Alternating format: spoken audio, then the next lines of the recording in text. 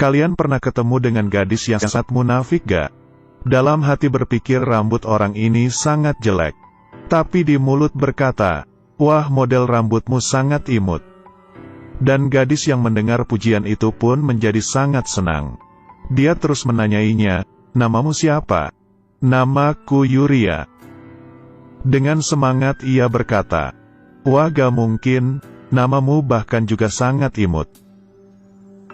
Padahal dalam hatinya berkata, ih nama yang norak. Dengan kemunafikannya, ia pun berhasil berbaur ke dalam grup ini.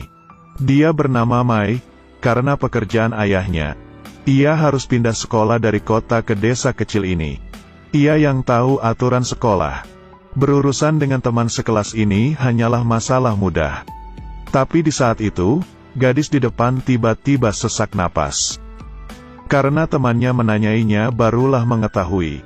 Ternyata gadis ini yang bernama Shino di saat SMP. Selalu diintimidasi oleh Mai. Sehingga saat dia melihat Mai, ia langsung panik. Setelah semua murid mengetahui hal itu, pandangan semua orang ke Mai langsung berubah.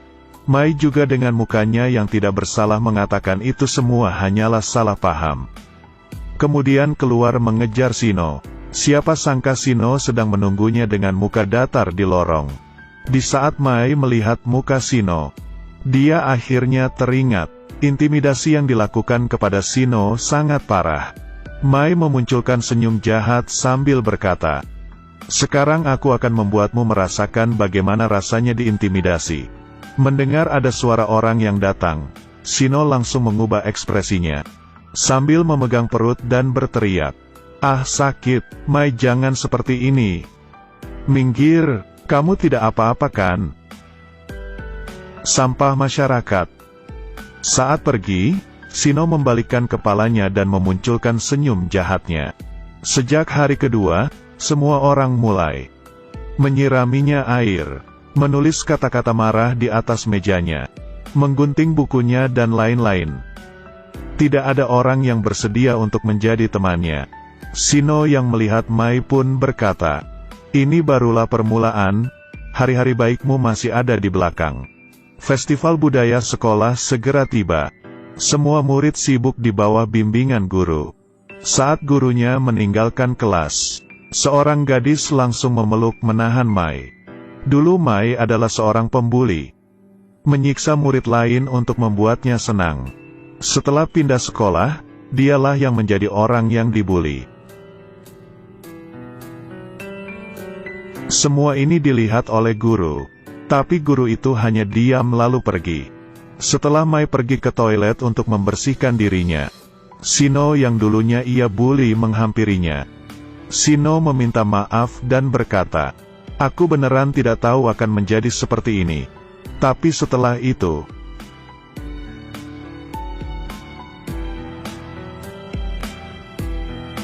Shino langsung berubah menjadi senang dan berkata ini barulah permulaan. Kalau tidak kamu tidak usah sekolah lagi, atau bunuh diri saja. Sekarang aku sudah jauh lebih baik darimu. Hari festival budaya akhirnya tiba. Setelah mengalami hal-hal tersebut, Mai meninggalkan kelas dan sembunyi di dalam gudang. Tapi tidak lama kemudian ia ditemukan. Para murid ingin menguncinya di dalam gudang. Lalu menggunakan pel mengaitkannya ke gagang pintu, kemudian pergi. Beberapa saat kemudian, Mai mulai panik dan ia tidak kuat lagi.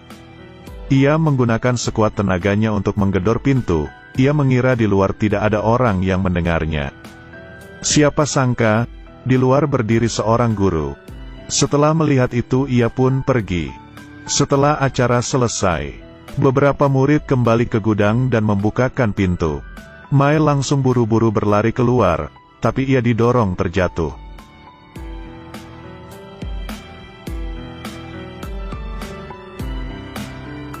Melihat hal itu, mereka tahu bahwa tindakan mereka sudah keterlaluan. Tatapan Mai penuh amarah, lalu ia berdiri.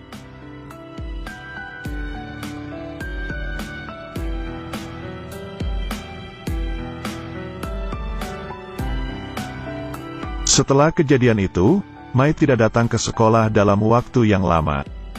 Hingga suatu hari, dia akhirnya kepikiran untuk balas dendam. Hari ini dia mengecat warna rambutnya.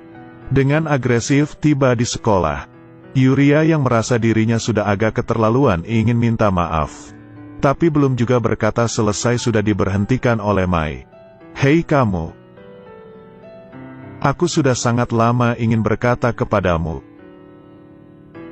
Model rambutmu itu sangat jelek."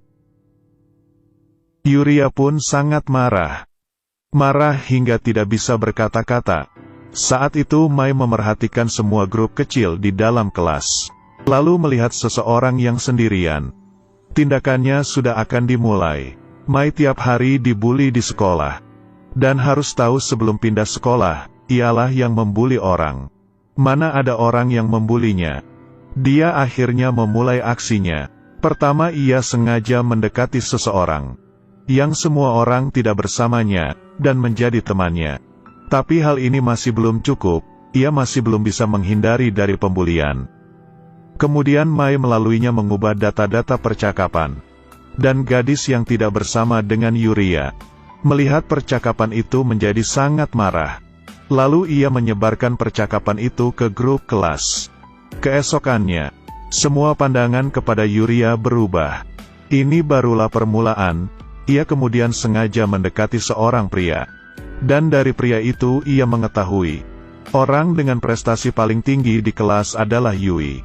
Dan Yui selalu menyukai sahabatnya Shino. Di saat bermain, dia sengaja terjatuh dengan serangan bola Shizuka, sehingga lututnya terluka. Dan kebetulan hal itu dilihat jelas oleh Yui. Tidak lama kemudian, Mai menemui Yui dan berkata, "Gadismu dimanfaatkan oleh orang lain.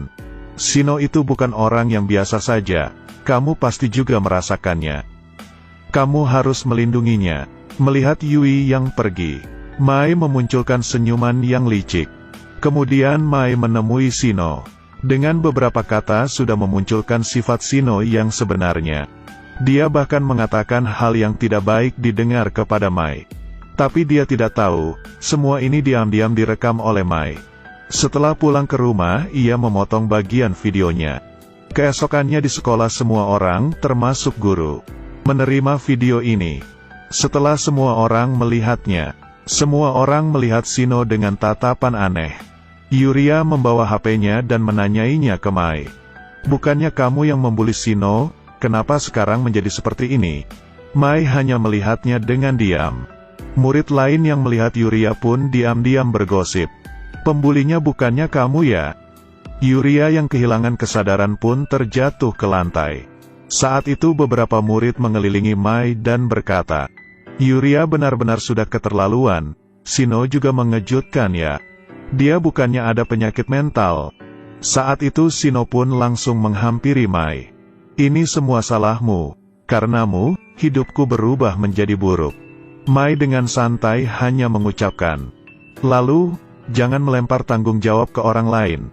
Saat itu guru memasuki kelas dan bertanya apa yang terjadi.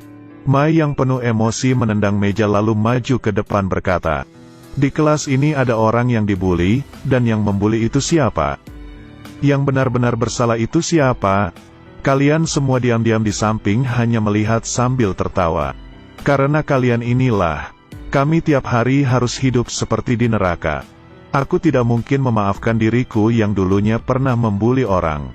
Juga tidak mungkin akan memaafkan kalian yang hanya diam melihat orang dibuli. Jadi kalian semua pergi mati saja."